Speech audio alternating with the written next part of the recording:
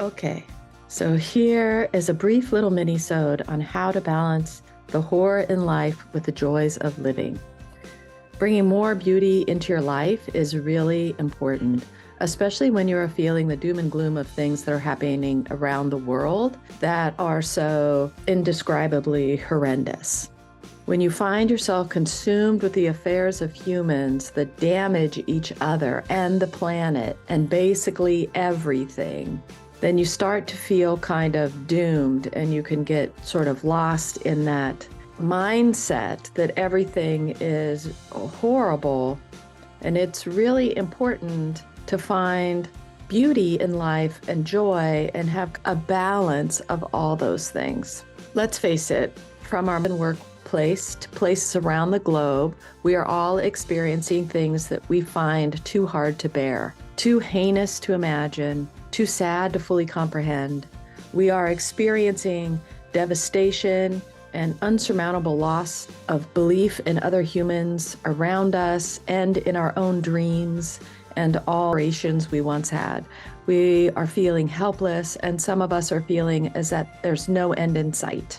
It is true, things do seem to be feeling desperate at times. It's important to balance those feelings with what is going well, what is working, what is thriving, what is being born, what is becoming obsolete that no longer serves us. Just as there is great tragedy in our microenvironments, also great beauty and joy there too. Making a point of giving the same attention to the things that are bringing you positive and joyful light as to the things that are causing you sadness and distress is really important. I am not saying to overlook the things that are hard to bear. Striving to change things that are unjust, heinous, or overwhelmingly inequitable does bring with it a beauty inherent in the work that is creating positive change. But often, we only see the long road ahead, and we don't stop to celebrate the good that happens along the way, even if that good is finding others who share our mission. We often struggle to see that as valuable, beauty in that connection. There is great beauty in the dedication it takes to work against things that are unjust or inhumane, that hurt the planet or her inhabitants. Being part of the change can be joyous through a sense of fulfillment and engagement, but there are other ways to balance this as well, because this type of work exposes you to the things you're trying to change, and you can often find yourself in a space of despair or anger because your reality is so overtaken with the things you're fighting against. Finding balance in life can be hard when your reality involves direct exposure to the things that are grave or unimaginable. And this can even be things happening within your own home or workplace or friendship group, as well as if you're working towards some change with a bigger group of folks or an organization of some kind. So how does one find balance in this type of reality? How does one find happiness and joy and beauty in the world when they see it as tragic and inhumane? How do we find the light within ourselves to seek joy? In this episode of I Care About You podcast with Juliana J., that's me, we discuss just that. Here are some examples of finding happiness. There are small, doable things to start cultivating joy, appreciation, and beauty in life, and to work on balancing that with the other things that are happening in your life that maybe are creating issues in your life. It's about creating places for you to rest, places of rejuvenation. It is always a way of reconnecting to the joys of life and maintaining balance, which is so important. I mean, so many times, and I've been in this boat as well, you're in a job that is just really not happy at all. And it's becoming problematic because you're stressing about it so much. When you aren't at work, you're stressing about having to go back to work.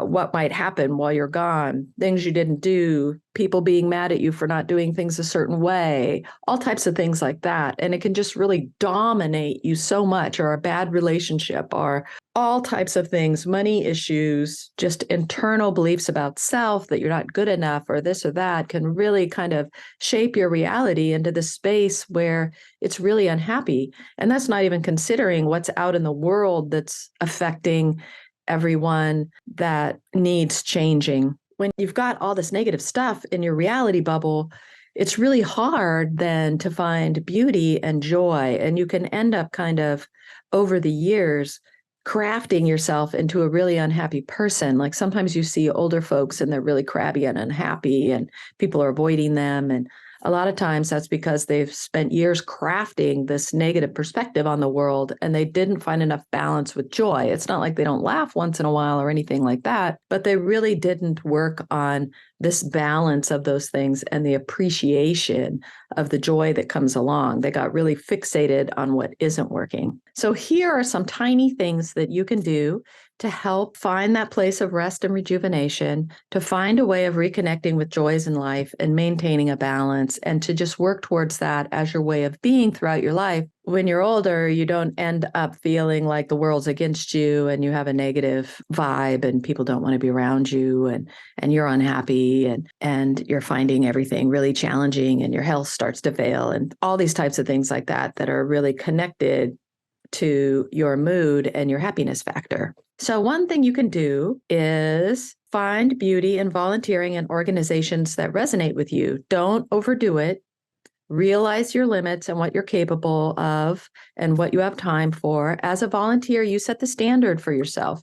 Many times I've worked in a volunteer role and I have made it into a burden simply by overcommitting and feeling like I'll let people down if I have to step back in any way, shape, or form. I'm sort of experiencing that right now, and it's really challenging because I want to volunteer to make things I enjoy thrive, or things I'm committed to or interested in are working towards thrive, but yet it's finding that balance so that you can enjoy engaging in that work, but not have it become a burden for you.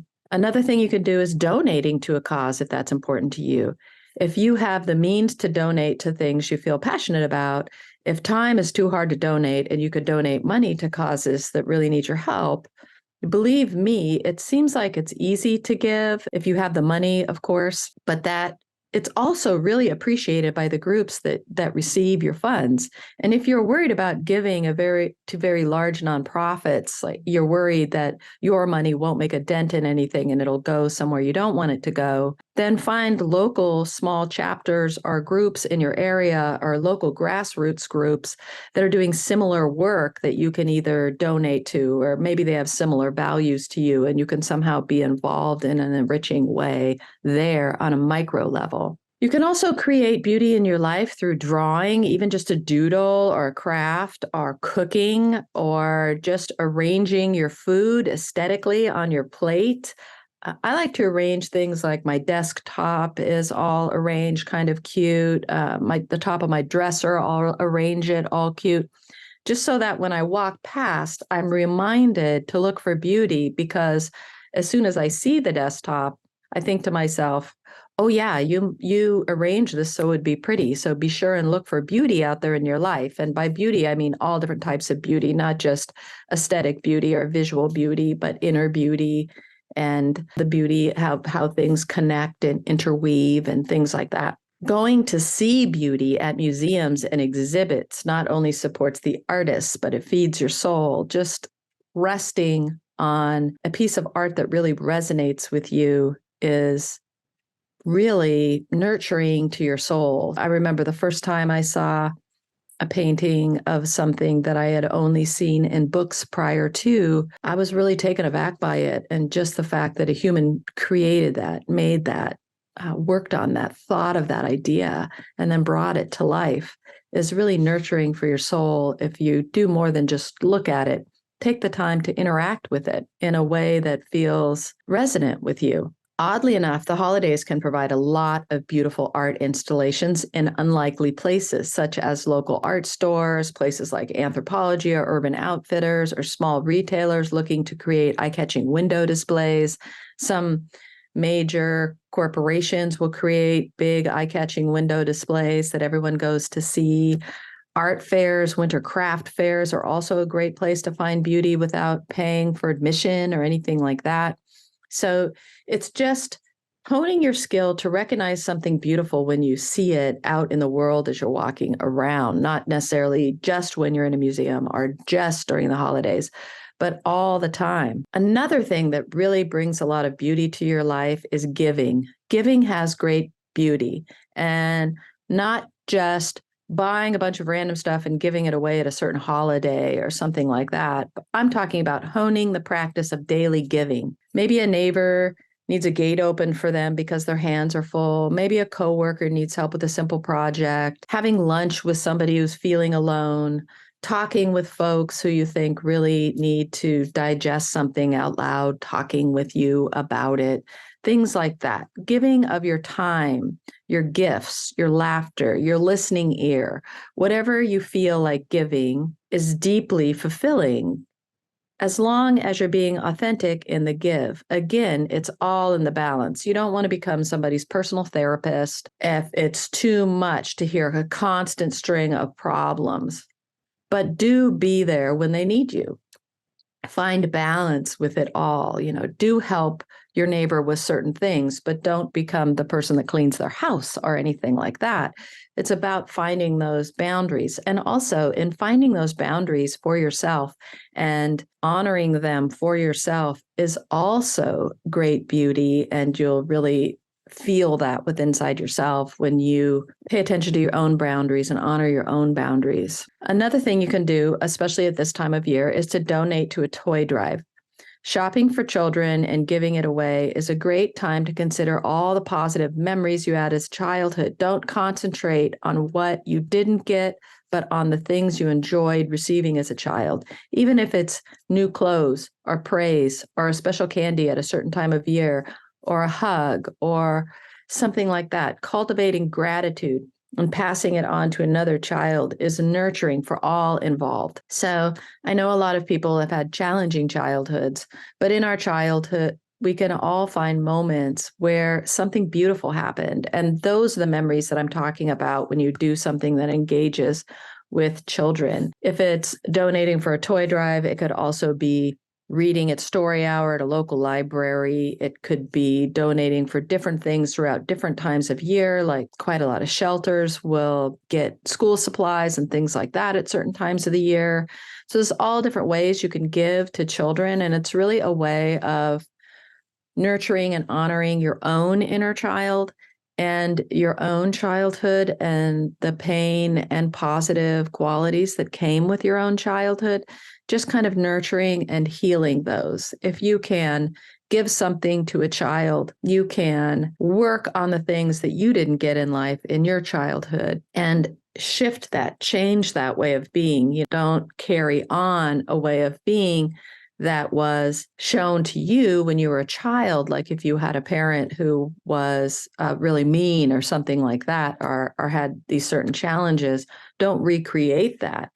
This is a time with donating to children and giving to children. It's a time to heal that and realize that you don't have to follow in those footsteps. You could be something totally different if you wanted. 5 years ago, I had some extra money and I decided to give gifts on my birthday, which is at the year-end holidays to begin with. So it was kind of really festive and everybody's in that sort of space. So on my actual birthday, I went shopping and I carefully picked out gifts for people I loved. And I also picked out gifts if I saw something that I felt really spoke to me for a certain person that I knew. Then I went to a happy hour at a new restaurant there and soaked in the festive atmosphere. And it was really nourishing to my happiness to buy fun things for others that were kind of meaningful. I ended up buying a lot of little art pieces for people, which was really fun and exciting to find just what somebody would like.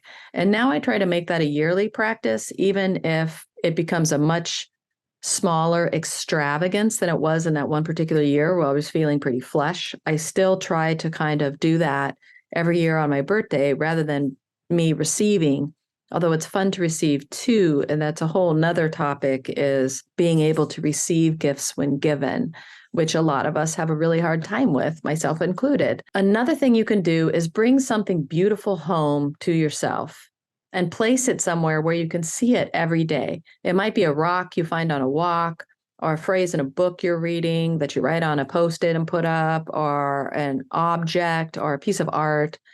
In a sense, find reminders to remind you that better things exist out there. Find reminders that beauty exists. Like if it's a rock, if you find a beautiful rock while you're out on a walk, then maybe you're working and some horrible news comes across your screen. You can actually pick up the rock and hold it in your hand and remember that there's still beauty out there. So there's those things. You can buy a box of yogi tea, which has little, I probably have one here on my desk. Let me find, oh, I have a couple. So, the tea bags have the little string and then the piece of paper like this. I have a couple of them, and you can buy a box of yogi tea, whatever flavor speaks to you. And every time you make the tea, you read what it is. Like this one, for example, says, know that you are a child of the universe. And so you read your little fortune, I call them, on the back of the tea, and just give a moment to give that some thought and let it sink in, and just go like, wow, how beautiful. Somebody actually created this tea where they put these beautiful little things on the back that really can kind of shift your whole perspective if you allow it to. And you could even journal about that. Like today I got a fortune in my tea that said this, and this is how it made me feel. In fact, journaling is another thing that can really bring about positive moods. To journal about positive things in a great way that will help you get in a good mood. Find some positive journaling prompts, or write about what is good in your life, what you're thankful for. A lot of people have gratitude journals. I'm one of those as well. Elaborate on what you're thankful for. If you're thankful for yogi tea or coffee in the morning, why? Write that down, really elaborate. And while you're writing about it, drink some and just really sink into enjoying it. Another thing you can do in the journaling aspect is to design your own utopia. What would the world look like if you were the ultimate designer of the earth? How would you design for the world and its inhabitants? From pink palm trees to world peace, what would your world look like? And write it down. And maybe you're going to do some drawings too. Maybe you're going to do a collage. Whatever it is, really get into this whole process of creating a utopia. I bought a really big poster board, 2 poster boards, and one I did my utopia, and then one was a vision board, and I did things I wanted to happen throughout the year, or my hopes and dreams. And the other one was my utopia of what the world would be like and where I would live, what that would look like, and things like that. And when I was feeling a little down or something, I would take it out. It was under my bed, and just look at it, sit on the floor and look at it and remember where I saw all this beauty. And you can do that there's so many apps you can do that on. Pinterest is one. You can just create a board of what your utopia would look like. Another thing you can do is walk in nature, or look at nature, or notice nature. It's there always. In a beautiful sky, or a blooming plant, or a tree that's changing color, in a vast body of water, or in a puddle by a rustic gate.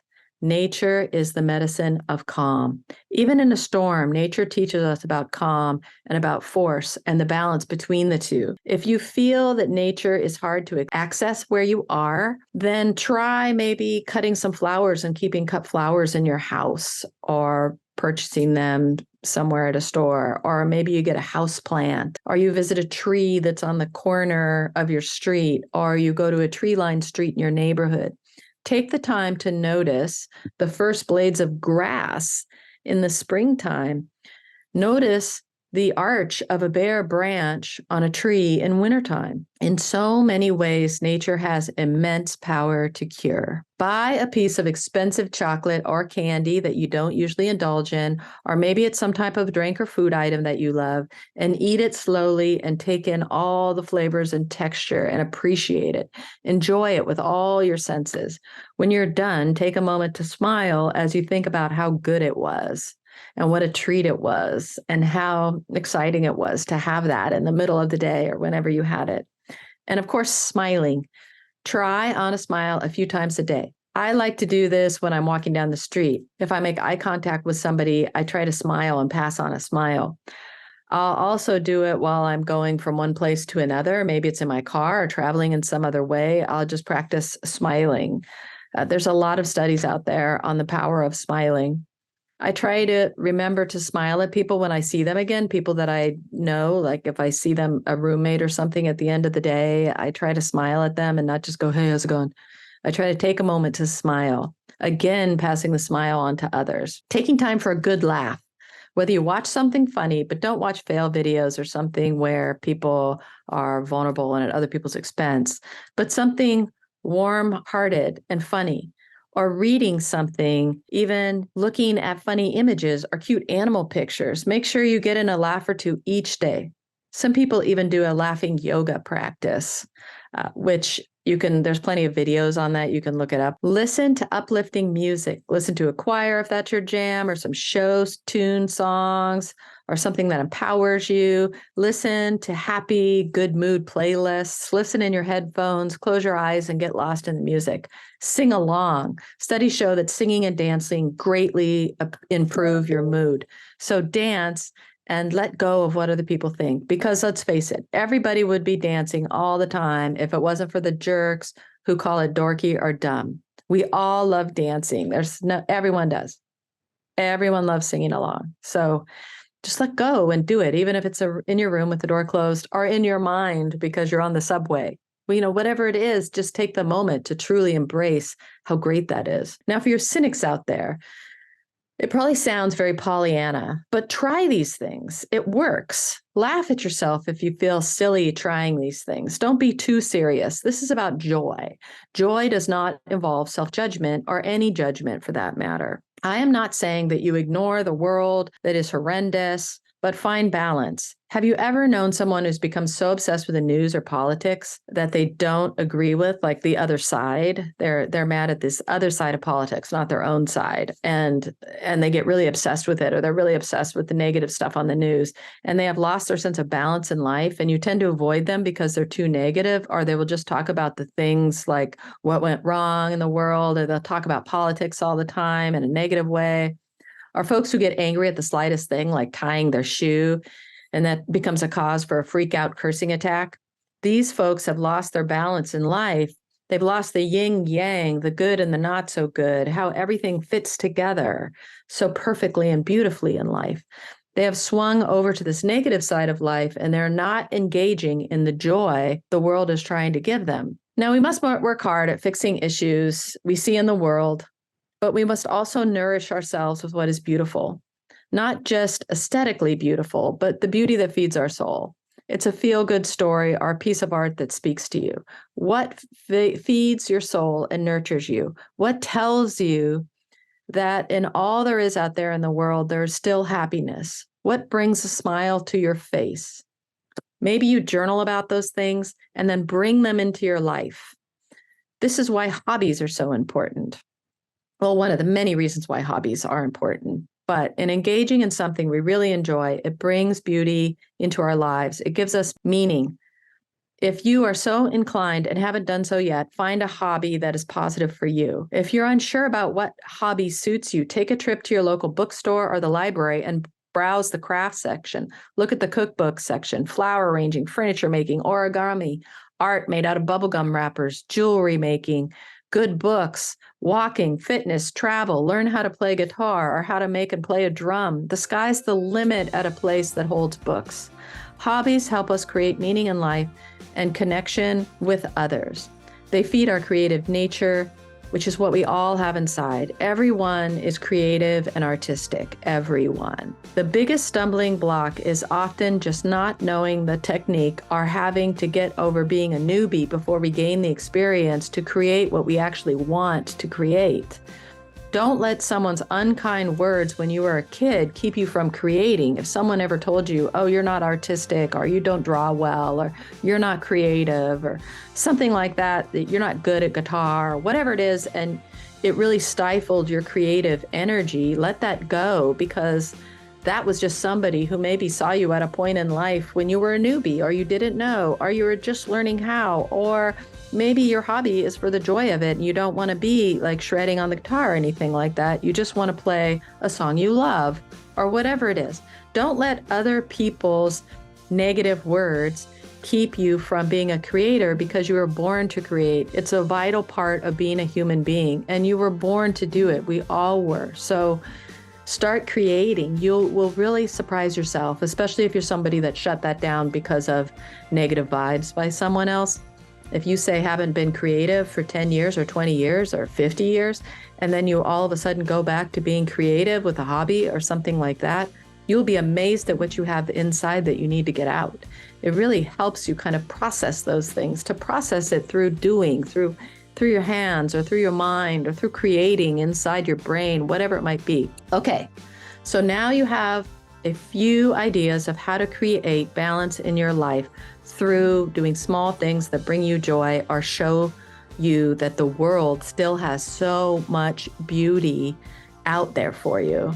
You can probably come up with your own ideas about what will feed your soul and help you find balance with everything that life throws you. Once you start doing the techniques I've outlined, you can realize like, wow, yeah, I do like being in nature, but you know what I really like is going and watching dogs at the dog park. Then that's what you do to find beauty in your life. You just really tap into what feeds your soul, and then make sure you're doing those things a little bit every day. So I hope you try some of these in your daily life. It will take a while to develop a habit of, say, smiling a couple times a day or something like that, but it gets easier the more you work on it. So just remember that thing I said about being a newbie and having to kind of learn the technique of things, that you're working on it and you're trying to incorporate these things into your daily life so it becomes more of a habit to notice something beautiful. It becomes more of a habit to take a moment to really taste a good piece of chocolate. It becomes a habit to smile at people, to laugh, to look at beautiful things, to take a step back, to give to others, to receive. It'll just take a little time to develop all these into habits, but once they are, one day you'll go, oh, wow, I'm different in a way that is just a little bit more beauty has crept in somewhere, and it's wonderful. So take good care, my friends, and know that I love you and I support you, and I'll see you in the next one.